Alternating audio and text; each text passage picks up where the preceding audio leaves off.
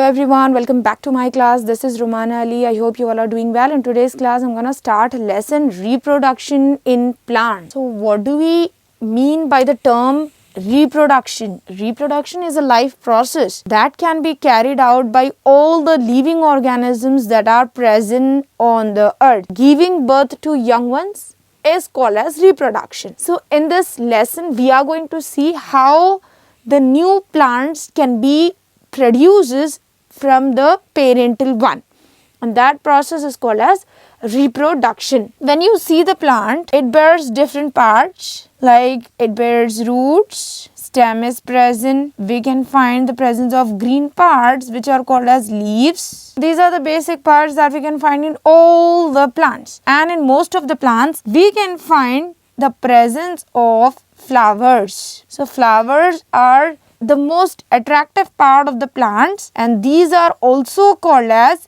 reproductive part of the flower, because flower is the only part of the plant that helps in carrying out the process of reproduction. That is the reason it is also termed as the reproductive part. Now let us see how the reproduction can occur because of the flowers. Firstly, we'll discuss the different parts that are found in a flower. Thalamus is present. It is a seed-like structure on which all the different parts of the flower will present. And when you see the flower, then you can find some green color part is present, which is arising from the thallus, and that green color part is called as sepals.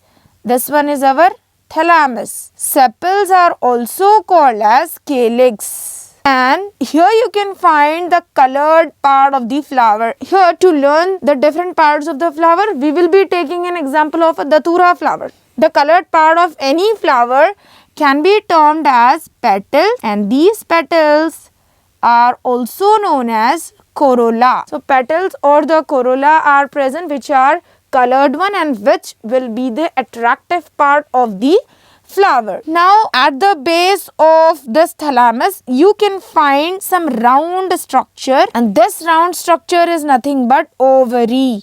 Inside the ovary, some seed-like substances or seed-like material is present, which is arranged in a proper manner, and these seed-like structures are called as ovules. Now this ovary shows a presence of a tube-like structure. It shows an elongated tube, and at the end you can find this type of structure. This tube, which one is elongated, is called as style, and the tip of the style can be termed as stigma. So these are the different parts that we can find in the flower. Besides this, we can also find some thread-like structures. These thread-like structures are called as filament, and at the top of the thread we can find this type of structure, round one, and these are called as anthers, or we can call it as pollen sac. Anther and filament together can be termed as stamens. So stamens are the male reproductive parts of the flower, which can also be termed as androecium. And just before I told you that stigma, style, ovary and ovules are also present inside the flower. When you remove the petals, you can find all these parts. So style, stigma, ovary and ovules, all these parts together can be termed as pistil, and pistil is the female reproductive part of the flower, and the female reproductive parts of the flower can also be termed as gynoecium. So here let's recall all the parts that are present inside the flower. Here we can find a seed-like structure on which all the different parts of the flower are present. That is nothing but thalamus. Now from the thalamus, some green color structures are arising which are very soft, and these are called as sepals. Sepals can also be named as calyx. Now the colored part of the flower can be termed as petals, and petals are also named as corolla. These are the three different parts that we can see in a flower. Now when we remove the petals, we can find the presence of both male reproductive parts and female reproductive parts in some flowers. So here in datura flower also we can find both male and female reproductive parts present. Let us see what are the different male reproductive parts first. So here a thin thread-like structure is present which is called as filament. And at the top of the filament we can find some round structures, and these are called as anther or pollen sac. Anther and filament together can be termed as stamens. So stamens are the male reproductive parts that are found in the flower. Now let us talk about female reproductive parts. So here the round structure is present which is seated at the top portion of the thalamus, and we call this round structure as ovary. Inside the ovary some small round structures are present which are known as ovules, and one elongated tube is seen which is termed as style, and the top portion of the style is called as stigma. This stigma, style, ovary and ovule, all these four parts together can be called as pistil. So pistil is the female reproductive part which can also be termed as gynoecium. Andrecium is the male reproductive part and gynoecium is the female reproductive part. So this is about the different parts that can be seen in a flower. So in a flower, four major parts are present, that are calyx, corolla, andrecium and gynoecium. If all the four parts are present in a flower, then we can call that flower as complete flower. And if any one part out of these four walls will be absent in a flower, then that type of flower can be termed as incomplete flower. So based on the presence of the parts, we can classify the flowers into two types. They are complete flower which shows all the four parts like calyx, corolla, andrecium and gynoecium. All these four walls should be present in a flower, then only that flower can be termed as complete flower. If any one of this is going to be absent in a flower, then that type of flower is called as incomplete flower. So on basing the presence of these four parts in a flower, we can classify them as complete flower as well as incomplete flower. Incomplete flower, we can take an example of datura. So this one is our datura flower. In this datura flower, we have seen that calyx is also present, corolla is also present, andrecium and gynoecium are also present. So this is called as a complete flower. But in case of cucumber, the flowers are not complete one. They are called as incomplete flower because one of these four parts will be absent in that type of flower. Now based on the presence of andrecium and gynoecium also, we can classify the flowers into two types, and they are unisexual flower and bisexual flowers. Uni means one. If the flower contains any one of the reproductive part, that means either andrecium or gynoecium, then that type of flower is called as unisexual flower. In the unisexual flowers, either gynoecium will be present or else andrecium will be present, but both are not present together. That type of flowers are called as unisexual flowers. We can take an example of bottle gourd here. The flowers of bottle gourd are unisexual because they show either male or female reproductive part. Now in case of bisexual flowers, we can see both andrecium and gynoecium.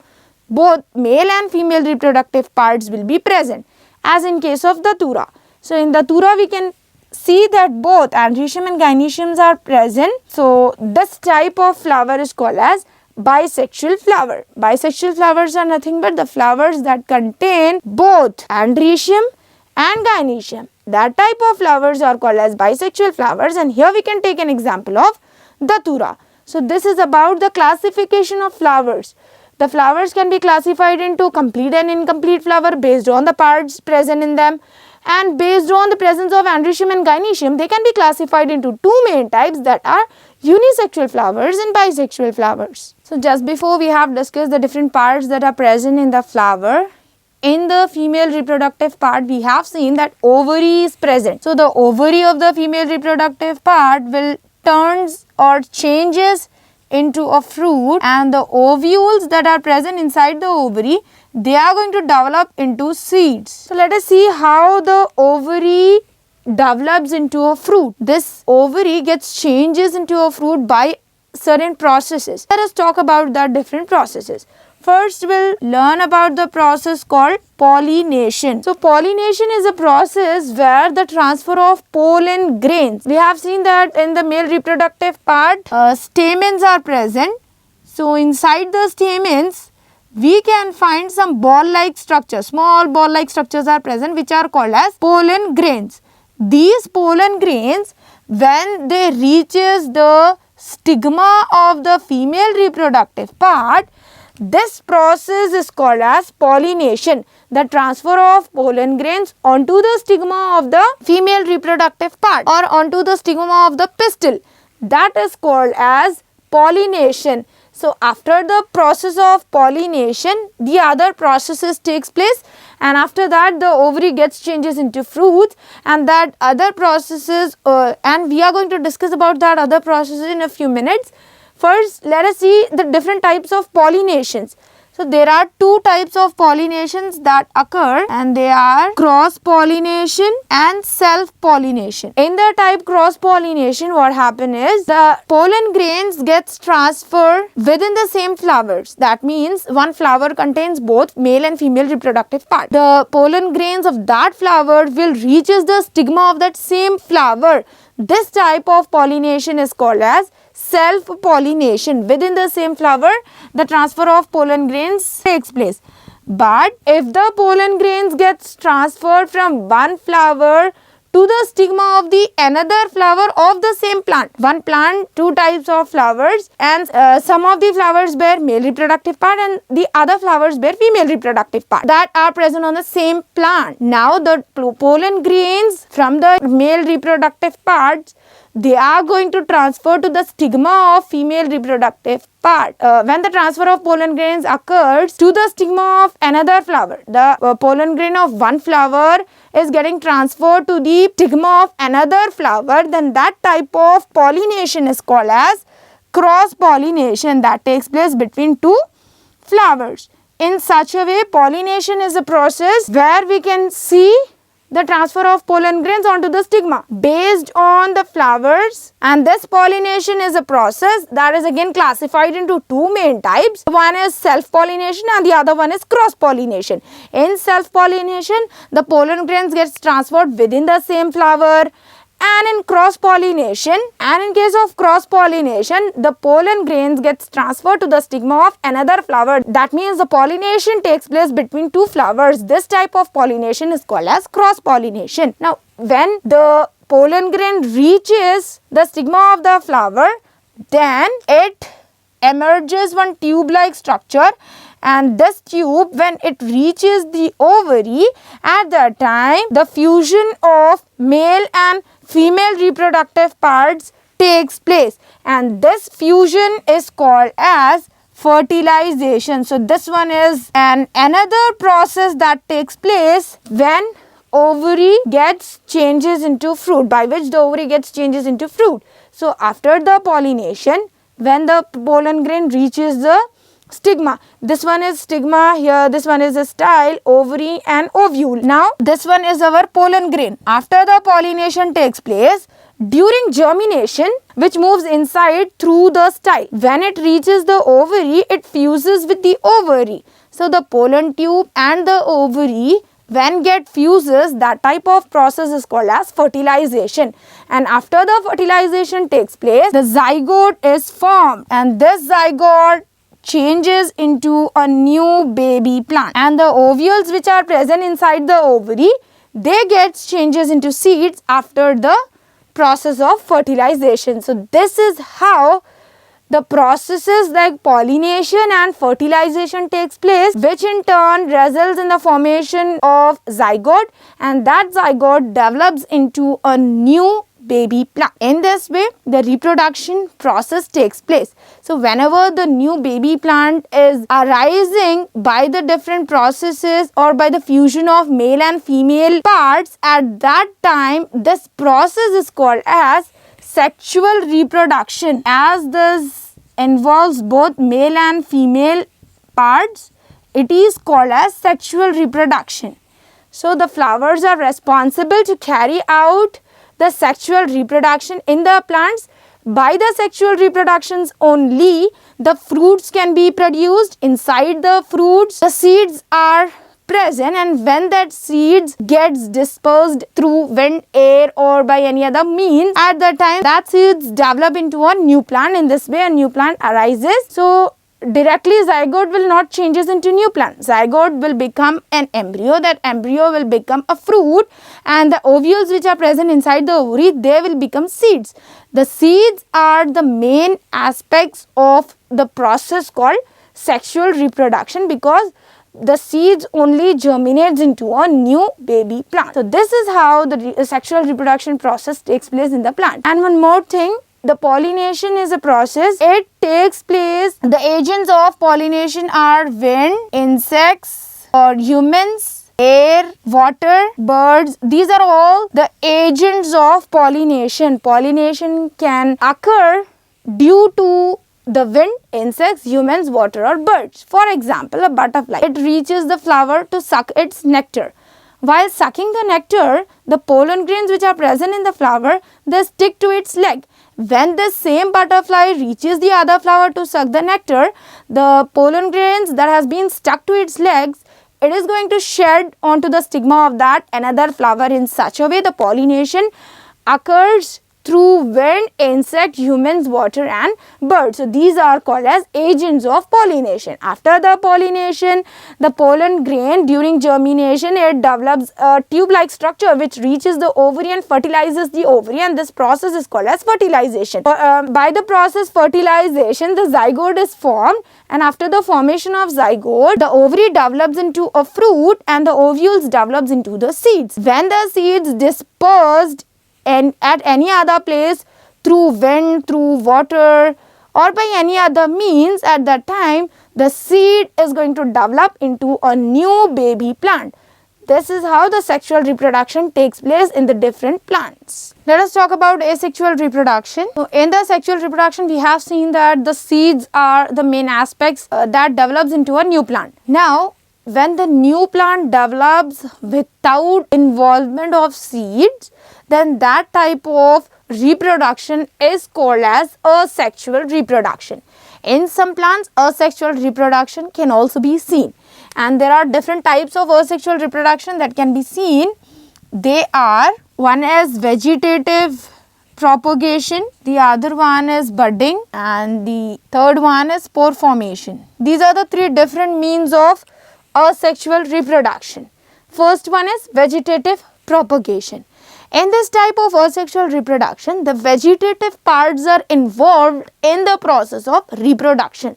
That means the vegetative parts like roots, stem, leaf, these are called as vegetative parts. You might have seen in your garden that you take a branch of rose or a jasmine or a hibiscus plant, and when you sow that branch or when you place that branch in a potted one, then it will be growing into a new plant. That is nothing but vegetative propagation. The development of the new plants by using the vegetative parts like roots, stem or leaf is called as vegetative propagation, and this type of vegetative propagation can be done to grow rose plant, jasmine plant or hibiscus plant. In this way, the different flower bearing plants can be developed or it can be grown by using one means of asexual reproduction, that is vegetative propagation. The next one is budding. Here yeast is a type of plant or an organism that reproduces by a means of asexual reproduction called budding. In this type of asexual reproduction, what happens? Let us see. Firstly, we need to understand that yeast is an organism that grows from a bulb-like structure. It is present in a bulb-like structure. The structure of the yeast is like a bulb. When this yeast shows some protrusions outside of its body or on the surface of its body, that protrusion develops or that protrusion grows and increases in size. After it attains maturity, then it separates or it gets separated from the parental one and it lives independently. In this way, the different birds arises. When they attains maturity, it gets separated from the parent one and they live independently in the surrounding. This is the way we call it as a budding. So in this way also the new yeast plants are produced by a means of sexual reproduction, and here the bud is getting detached from the parent one and it is living independently. So this process is called as budding. So by the process budding, the yeast can reproduce itself. The next one is spore formation. Here we will take an example of a living organism called mold. So mold is a type of fungus. If you take a slice of bread and if you sprinkle some water drops on it, and when you keep that bread slide in a moisturous place, in a place where the moisture is high, within few hours or within a day you can find some black spots appear on that bread. So that black spots are nothing but a fungus called bread mold. When you see that black spots under the microscope, you can see some structures like this, some filaments or thread-like structures that bears round structures at its top. So in this way you can find this type of structure of the mold under the microscope, and this one round structure is called as sporangium.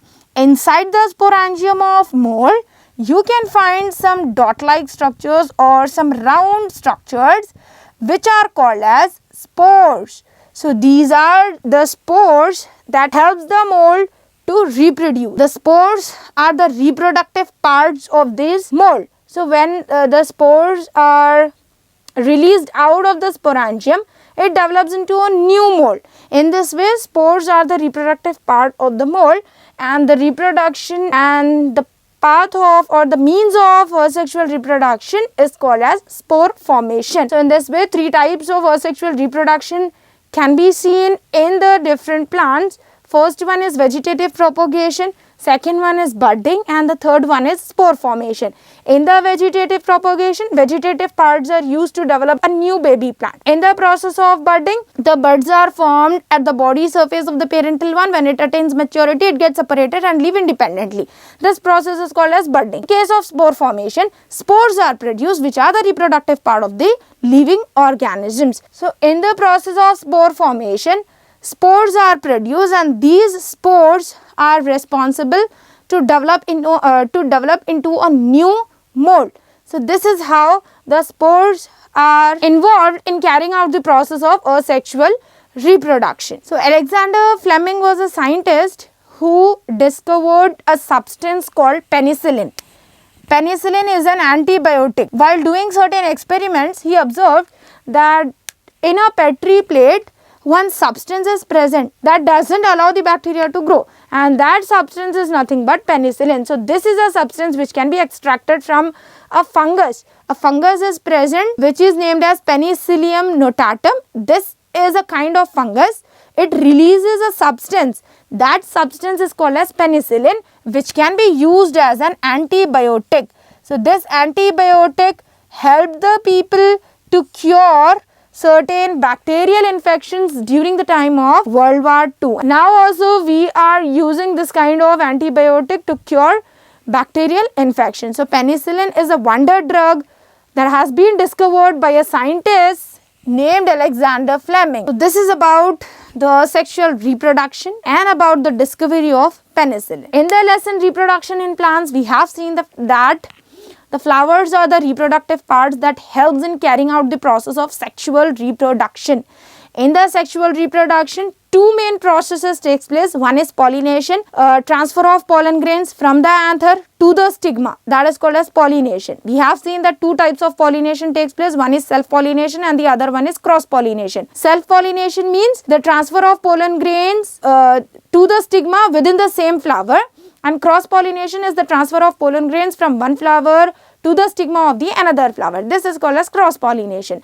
And the fusion of male and the female parts, that means after the process of pollination, pollen grain when attaches to the stigma, it germinates into a tube-like structure. That tubes enters into the ovary and it fuses with the ovary. This fusion is called as fertilization. After the process of fertilization, zygote is produced, and after the formation of the zygote, ovary develops into a fruit and ovules develops into the seeds, and seeds are the main aspect of sexual reproduction that develops into a new baby plant. This is how the sexual reproduction takes place in the different plants. And we can also find the production of new baby plant without the involvement of seeds, and that process is called as asexual reproduction. Asexual reproduction can take place by means of vegetative propagation, or by means of budding, or by the spore formation. And we have seen that penicillin is a substance that can be used as an antibiotic in curing different bacterial infections. So this is about the chapter reproduction in plants. Here the lesson ends. I'll be back with a new lesson in the next session. Meet you in next class. Thank you.